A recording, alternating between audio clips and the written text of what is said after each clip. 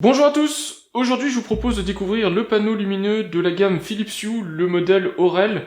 Ici c'est une version qui est en 60 par 60, on le voit à la taille du paquet qui est énorme. Panneau lumineux qui a des particularités qui sont intéressantes. Alors dans mon cas de figure je vais l'installer d'une manière très particulière. Je pense que c'est quand même intéressant de vous montrer que ce type de produit existe, parce que c'est pas des produits qu'on voit tous les jours, surtout dans une gamme grand public Philips Hue. Ce panneau lumineux là, c'est normalement des panneaux lumineux que vous trouvez souvent dans le tertiaire, donc des panneaux lumineux que vous fixez dans les plafonds suspendus. Ici donc c'est une version carrée en 60 par 60, donc en général ça se fixe exactement en remplacement d'une dalle, donc pour fournir de la lumière au lieu d'avoir le faux plafond. Donc si vous avez l'habitude des panneaux halogènes ou des panneaux LED, on va dire standard que vous pouvez trouver dans le tertiaire, ici vous avez juste une version qui est connectée, Philips Hue, qui est fournie avec une télécommande, la Hue Dimmer, si vous en avez besoin, et puis sinon vous pouvez l'intégrer avec votre pont Philips Hue et vous pouvez le programmer et le contrôler à distance. Ce panneau lumineux, c'est donc le Aurel White Ambiance. Alors je sais qu'il existe des gammes différentes chez Philips Hue. Ici c'est la version 60-60, il existe une version 60-30 je crois, donc une version rectangulaire, et une version 30-30. L'autre chose qui est particulière sur ce panneau, c'est que c'est une version donc White Ambiance, donc il n'est pas couleur, vous pouvez pas faire varier la couleur sur le panneau, mais en général, bon c'est pas forcément quelque chose de super important, mais celui-là il est quand même à variation de couleur de blanc, de chaleur de blanc, donc vous avez du blanc chaud jusqu'au blanc froid, donc ce qui vous permet de créer des ambiances lumineuses un petit peu différentes. Donc je vous montre rapidement quand même sur le carton que vous avez quelques indications techniques.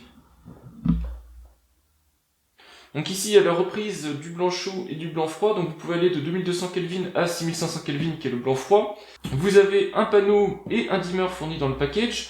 La particularité c'est que c'est un panneau de 4200 lumens, et c'est parce que c'est du 4200 lumens que je l'ai acheté, c'est pour me faire un éclairage quand j'enregistre le soir ou la nuit, donc quand je vous fais les vidéos. Je manque de puissance lumineuse pour simuler la lumière du jour, et pour faire en sorte de pouvoir tourner en dehors des plages horaires standards, pendant lesquelles d'ailleurs j'ai pas le temps de tourner, donc il faut absolument que je tourne le soir ou la nuit, et c'est ce à quoi va me servir ce panneau-là. Donc comme je vous l'ai dit, il est connectable sur l'écosystème Philips Hue, donc il a la possibilité d'être branché sur le pont Philips Hue, donc il est Zigbee, ce panneau lumineux. Et puis aussi, donc comme il est 4200 lumens, il faut s'attendre à ce qu'il consomme. Il consomme 55 watts, donc évidemment quand vous avez une puissance lumineuse à fond, 55 watts, et c'est un éclairage LED. Donc j'ai parlé du protocole Zigbee. Le protocole Zigbee, c'est le protocole qu'utilise Philips Hue pour faire communiquer les différents appareils, et donc dans l'univers Philips Hue. Et puis enfin, vous voyez qu'il est donné pour 25 ans d'utilisation. Alors ça c'est toujours pareil, c'est les caractéristiques théoriques. Évidemment, en cas de surtension, de choses comme ça, vous pouvez faire claquer un panneau de ce type. Mais normalement, en utilisation normale, vous avez 50 000 activations, donc on-off, et puis une durée de fonctionnement qui est assez phénoménale. Voilà, je vais le déballer, ça va être un petit peu compliqué parce qu'il est énorme, et puis je vais vous montrer à quoi il ressemble.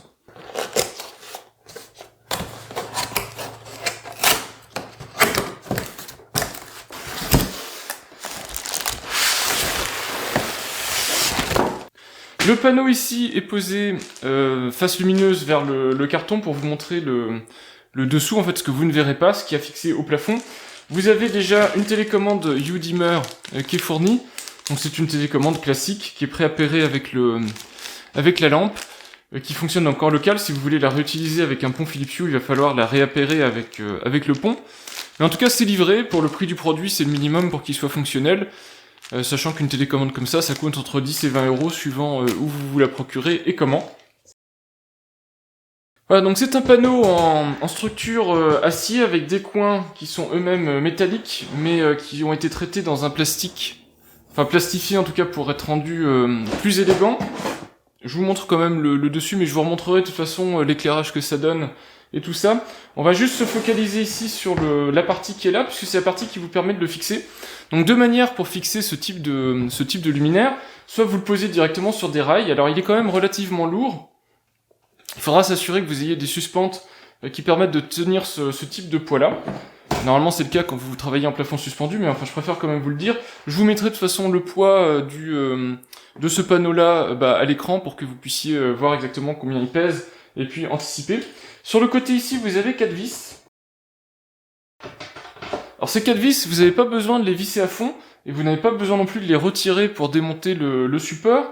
Ici, c'est donc le support que vous allez fixer au plafond, donc c'est un support en acier. Vous avez les trous ici de fixation, donc vous voyez avec la possibilité de bien régler l'endroit où vous allez fixer votre support. Voilà, donc rien de bien particulier. Moi je vais pas le faire cette fixation là, mais vous voyez que vous avez le passage du fil au plafond et puis les 4 trous. C'est pas l'utilisation que j'en ai moi, donc je le fixerai pas sur un plafond, donc vous ne verrez pas comment ça rend. Mais ce que je peux vous montrer, c'est que une fois que vous avez la plaque support ici au plafond, vous voyez qu'il y a un petit écart d'un peu plus de 2 cm entre le panneau en lui-même et la plaque qui vient tenir au plafond en fait c'est la place nécessaire pour que l'électronique puisse travailler, chauffer et tout ça. Donc vous aurez potentiellement de la poussière au-dessus de cette dalle si vous le fixez avec cette plaque-ci. Maintenant si vous la mettez en tant que dalle lumineuse, plaque lumineuse au plafond, il n'y aura pas de souci de ce type-là. Alors ce qui pourrait être sympa d'ailleurs, moi ce que je trouve sympa, c'est que vous pouvez fixer ça au plafond et autour ici, vous pouvez mettre un ruban LED Philips, donc les rubans multicolores, et ça peut vous faire un super rendu puisque vous aurez un éclairage indirect ici avec un ruban LED, et vous aurez l'éclairage, un vrai éclairage blanc avec cette lampe-ci. Alors à l'intérieur, vous allez voir, c'est très pauvre. Vous avez donc le transformateur ici 220 vers donc l'éclairage en lui-même du support. Donc voilà les caractéristiques en question. Donc vous avez bien le panneau lumineux, vous avez le modèle ici, c'est bien un modèle 55 watts qui fonctionne sur du 230. Vous avez ici des indications sur le transformateur qui est un transformateur 24 volts DC.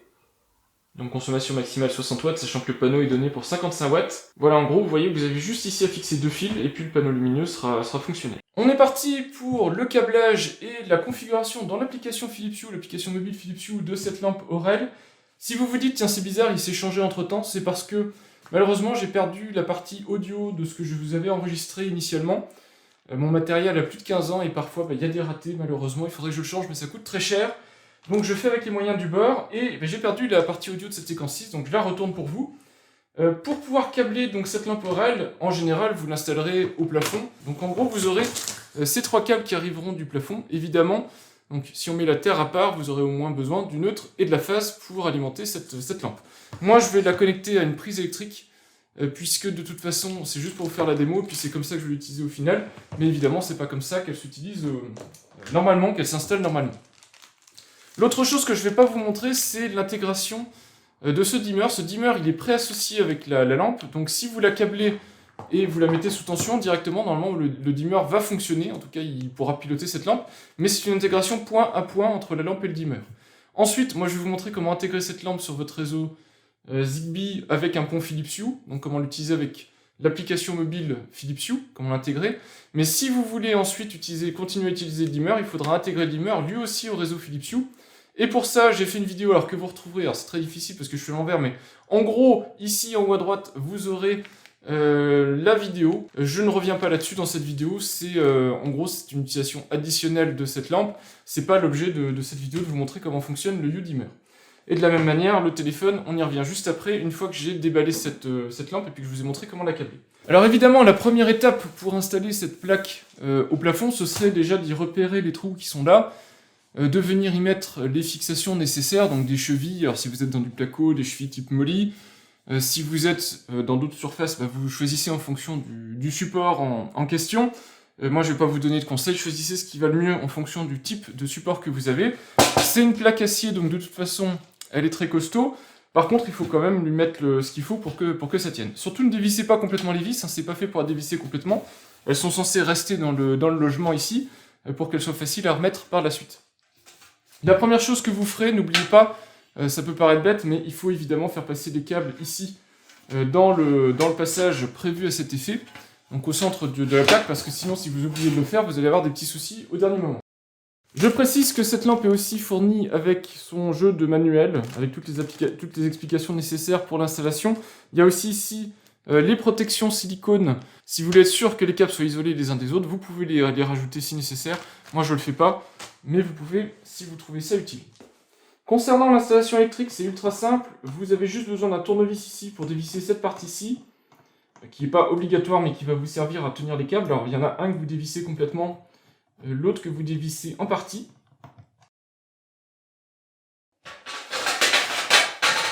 Vous prenez votre câble électrique, alors normalement vous aurez probablement du monobrin, moi j'ai du multibrin parce que c'est un câble un câble mural. Ça change pas grand chose, mais bon, vous verrez la différence, c'est beaucoup plus simple à utiliser. Je répète que le bleu est toujours le neutre, donc vous mettez le bleu ici dans l'emplacement neutre. Et puis la phase est toujours le rouge ou le brun en général, mais la couleur est moins normée. Et vous mettez la phase ici dans la partie phase.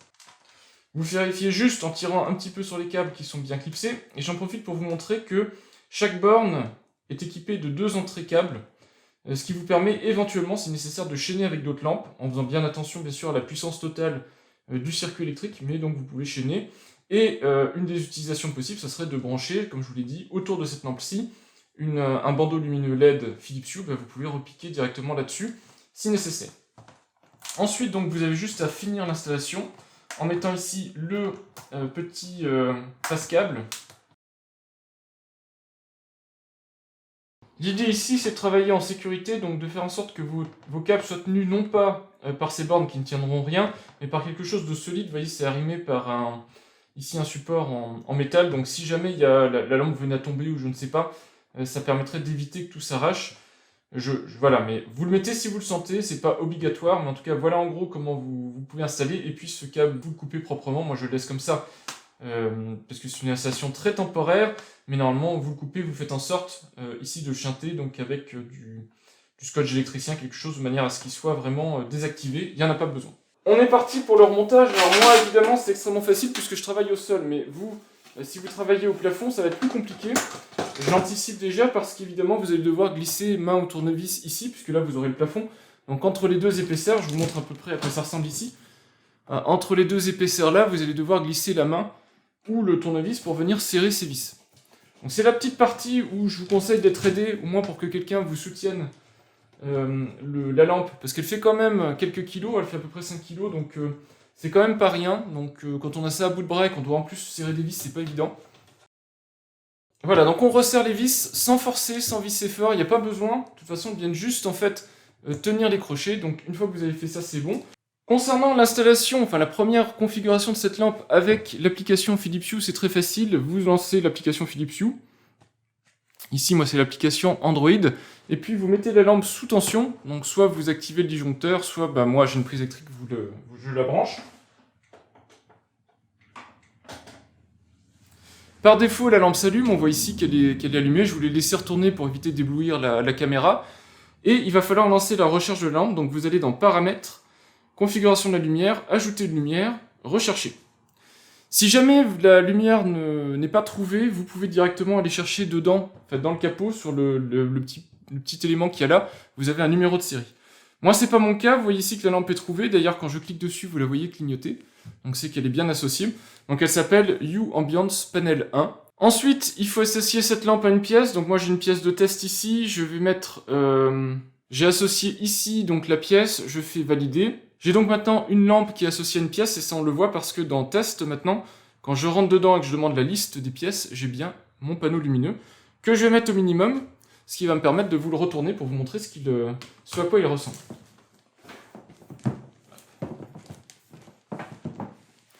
Voilà le panneau Aurel. Ici il est donc dans sa version tamisée. Évidemment je peux mettre la luminosité à fond, mais ma caméra va avoir du mal. Donc maintenant que ce panneau est fonctionnel, vous pouvez le piloter évidemment avec toutes les télécommandes que vous souhaitez. Il suffit donc ensuite, pour cette pièce, ici cette pièce test, de venir y associer des commandes. Ça peut être des U-dimmer, ça peut être des U-tap, ça peut être des smart buttons, des Friends of You. J'ai testé quasiment toutes les commandes qui existent, donc vous pouvez voir qu'il y a des possibilités de réglage qui sont très importantes, mais vous pouvez aussi plus simplement directement piloter ce panneau avec l'application mobile.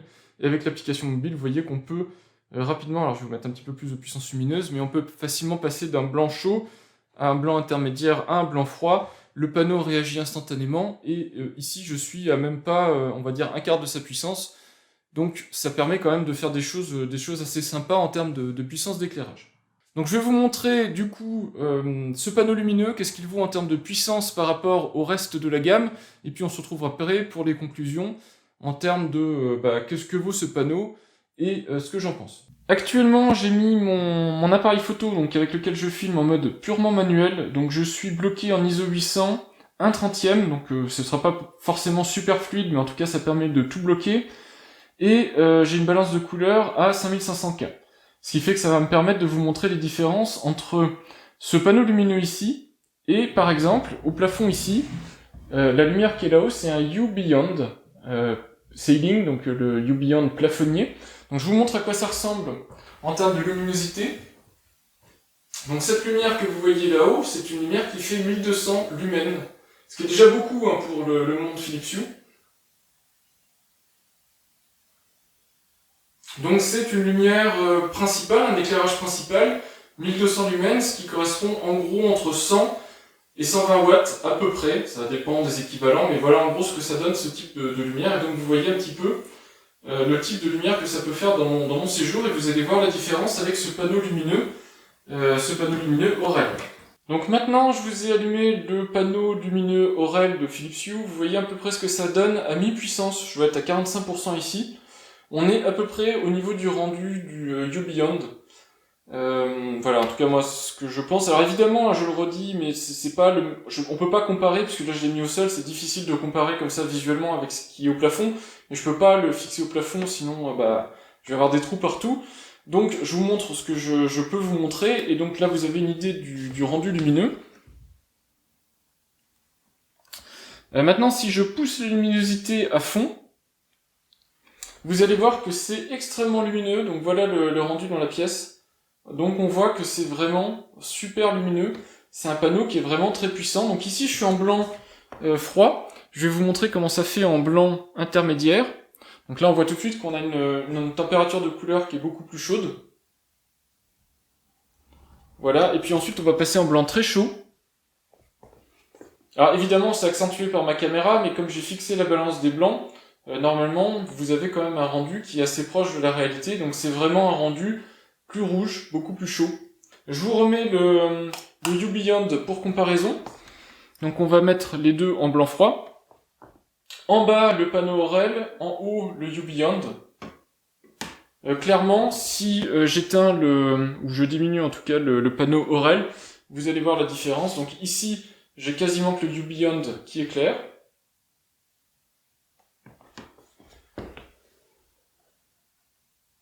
J'éteins le U Beyond et puis je vous mets le panneau Aurel à fond. Voilà, ce qui vous permet normalement de voir la différence en termes de rendu lumineux, sachant que ce U Beyond était, avant en tout cas à ma connaissance, la lumière la plus puissante qui existait chez Philips Hue, 1200 lumens là-haut contre 4000 lumens ici. Voilà la lumière Hue White and Color, donc la lumière dont on peut faire varier la couleur évidemment. Moi je vais la mettre en blanc froid. Juste pour vous montrer, donc, ici elle est à fond en termes de luminosité, blanc froid. Si je la mets en blanc moyen, vous allez voir ce qu'elle est capable de donner en termes d'intensité lumineuse. Voilà, ça c'est la lumière typique que vous pouvez mettre en intérieur, donc une lumière réglable Philips Hue, alors couleur. La White Ambient ça a exactement les mêmes capacités, sauf qu'elle n'est pas couleur. Et donc vous voyez ce que ça donne, ici on est sur du 800 lumens. Donc vous voyez que par rapport à un panneau Aurel ou par rapport au U Beyond, on est nettement inférieur en termes de rendu d'intensité. Cependant, ça reste quand même utilisable. Ici, vous avez une ampoule White, Philips Hue White. Donc elle n'est réglable, je peux vous le montrer à partir de l'application.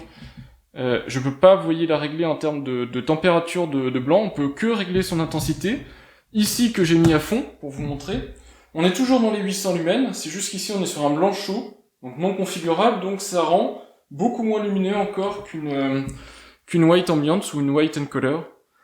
Voilà, quelque chose à prendre en compte vraiment quand vous achetez vos ampoules Philips Hue, hein, je vous montre par rapport au panneau Aurel pour que vous ayez vraiment une bonne vision de tout ce que sont capables de faire en termes de rendu, de couleur et d'intensité ces ampoules-là, pour que vous puissiez vous faire un avis sur quelle ampoule acheter. Ça, c'est un équivalent 60 watts, comme juste avant la White Ambiance in Color, mais ici, donc, que du blanc chou. Et enfin, une ampoule purement décorative, toujours dans la gamme Philips Hue, donc c'est la Hue Edison. Ampoule, donc, si je vous la montre, ici en termes d'intensité lumineuse, en la baissant un petit peu, vous allez voir que son intérêt, c'est d'être décorative.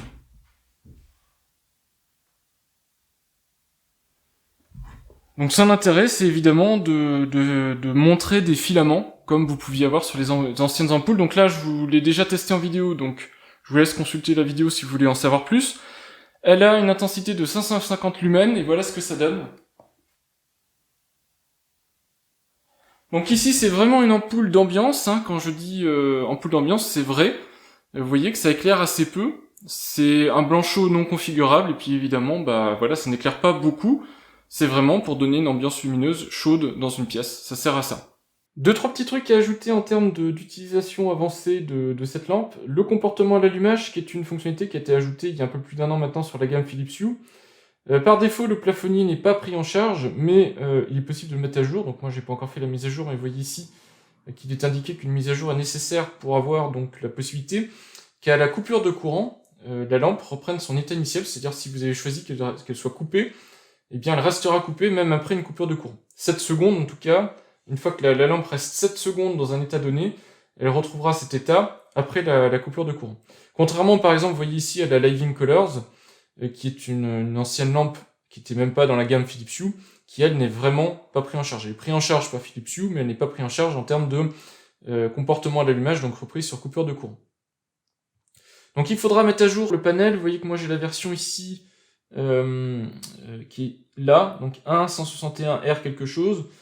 Il est en train actuellement de se mettre à jour, et donc c'est nécessaire de l'avoir à jour si vous voulez pour profiter des dernières fonctionnalités. Une autre chose qui m'a un peu surprise, donc que je vous partage, vous voyez ici que la lampe est éteinte. On le voit là. Enfin, elle est éteinte logiciellement, c'est-à-dire qu'elle est éteinte pour Philips Hue. Donc la lampe est éteinte, mais évidemment, comme toutes les lampes Philips Hue, elle reste sous tension puisqu'elle doit communiquer avec les autres lampes. Son principe, c'est de créer un maillage avec toutes les lampes sous tension de votre logement, de manière à faire en sorte que un message qui va d'une télécommande, par exemple ici, à votre pont, soit transité par le minimum, si possible, de lampes sous tension, mais en tout cas que le message arrive au destinataire. Donc c'est le principe du maillage, donc c'est normal qu'elle soit sous tension. Ce qui est moins normal, c'est que je décèle une consommation de 2 watts, ce qui est quand même beaucoup pour ce type de lampe, je trouve en tout cas. Je m'attendrais à avoir moins. Alors si je la mets sous tension, et que je la mets au plus bas, vous voyez qu'elle consomme à peine... Alors on voit à peine la lumière quand même, mais elle consomme 3 watts. Je vais la mettre à 1/4 de puissance, à peu près, c'est au doigté, donc j'ai mis à peu près à 1/4 de puissance, vous voyez qu'elle est à 5 watts. Je vais la mettre à moitié de puissance, elle est à 10 watts, ici. Je vais la mettre à 3/4 de puissance, 15 watts, un peu plus, 18 watts. Et si je la mets à fond, on est à 30 watts. Alors on n'est pas aux 55 watts annoncés parce que, je vais baisser un petit peu la luminosité sinon ma caméra a du mal. Pour être au maximum de luminosité, en fait, il faut ni être en blanc froid, ni être en blanc chaud. Parce que là, vous êtes aux extrêmes, donc vous avez que la moitié quasiment des LED qui s'affichent. Si vous voulez le maximum de puissance lumineuse, il faut être au milieu ici, donc dans un blanc intermédiaire, et vous poussez à fond. Là, normalement, vous êtes au maximum. Et au maximum, ici, on voit que la lampe consomme 42 watts. Voilà, si je me mets là, normalement, voilà, ici, là, je suis aux 49 watts, 50 watts. Donc c'est vraiment le maximum que vous tirez, mais effectivement, cette lampe consomme bien 50 watts. C'est pas énorme pour 4000 lumens, mais bon, voilà, c'était pour vous montrer qu'effectivement, les chiffres de Philips Hue sont corrects.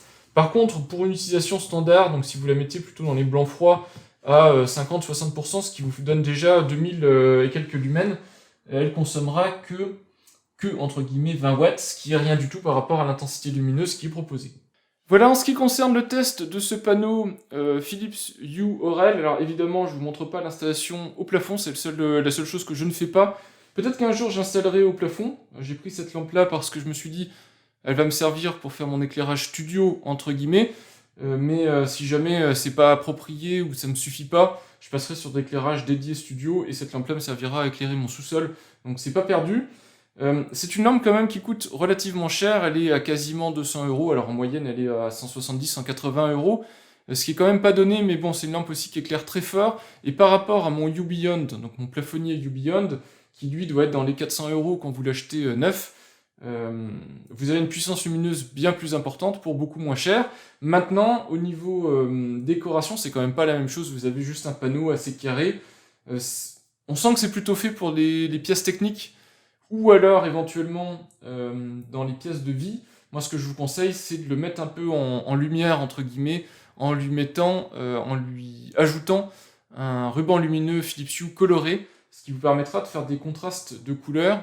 Donc vous pourrez cacher le ruban coloré donc en dessous ici du panneau, et donc du coup ça vous permettra d'avoir une espèce d'effet de puits de lumière, parce que c'est ça qui est super sympa, c'est que vous avez un diffuseur sur cette lampe qui donne vraiment une impression de lumière du jour, surtout quand vous êtes en blanc froid comme c'est le cas ici, vous avez cet effet lumière du jour qui est très agréable, très appréciable et qui éclaire très bien. Et donc si vous mettez autour de ça un peu de lumière décorative, de la lumière colorée, moi je pense que ça peut être vraiment sympa. Voilà, donc cette lampe-là, je vais pas ni vous la conseiller, ni vous la déconseiller, ça va dépendre de vos besoins. C'est un gros budget, moi je l'ai eu beaucoup moins cher que le prix attendu, puisque j'ai acheté pendant la période où le roi Merlin les déstockait à quelque chose comme moins de 80 €. Donc ça restait très intéressant, et pour faire de l'éclairage de studio avec réglage de la température du blanc, et la possibilité aussi d'avoir 4000 lumens, c'est relativement imbattable. J'ai pas de, en tout cas avec ma caméra, j'ai pas l'éclairage ne vibre pas, donc j'ai pas de problème particulier où cet éclairage-là poserait problème. Donc je pense que je vais pouvoir l'utiliser sans problème en éclairage secondaire pour illuminer la pièce quand je filme. Voilà, pour vous, pour les autres utilisations, faites en fonction de vos besoins. Cette lampe existe en version plus petite, donc forcément moins puissante, mais plus abordable en termes de prix. Choisissez en fonction de ce dont vous avez besoin. Je vous ai montré à peu près à quoi ça ressemble, donc vous aurez une idée de est-ce que ça s'adapte à votre déco, est-ce que ça s'adapte à vos usages, est-ce que vous pourrez en faire bonne utilisation. Moi je trouve le côté connecté très pratique, quitte à investir dans l'écosystème Philips Hue, pourquoi pas. À moins de 100 €, c'est sûr que c'est super intéressant pour un panneau LED de 4000 lumens. À 170-180 €, c'est plus à réfléchir, mais je pense que ça vaut quand même le coup. C'est du Zigbee, donc du coup ce sera pérenne dans le temps, vous pourrez le piloter à distance et le piloter à la voix. Et si par exemple vous mettez dans un garage et que vous avez les mains, je sais pas, sales, pleines de cambouis, etc., vous pourrez aussi avec des assistants vocaux piloter cette lumière, changer son intensité, changer sa teinte. Donc ça peut avoir des avantages d'avoir une lumière connectée, même dans des environnements où c'est pas forcément ce que vous auriez en tête d'avoir ce type d'éclairage. Voilà, j'espère que mon test de cette lampe, qu'on ne voit finalement pas si souvent sur internet, vous aura été utile, que vous aurez un meilleur aperçu de à quoi ressemble la gamme Philips Aurel, qui est assez peu courante en fait, qu'on voit assez peu souvent. Merci d'avoir regardé cette vidéo, n'hésitez pas à regarder mes autres vidéos autour du monde Philips Hue si vous êtes intéressé par ces produits. Moi je vous dis à bientôt pour de prochains tests et de prochaines vidéos. Au revoir!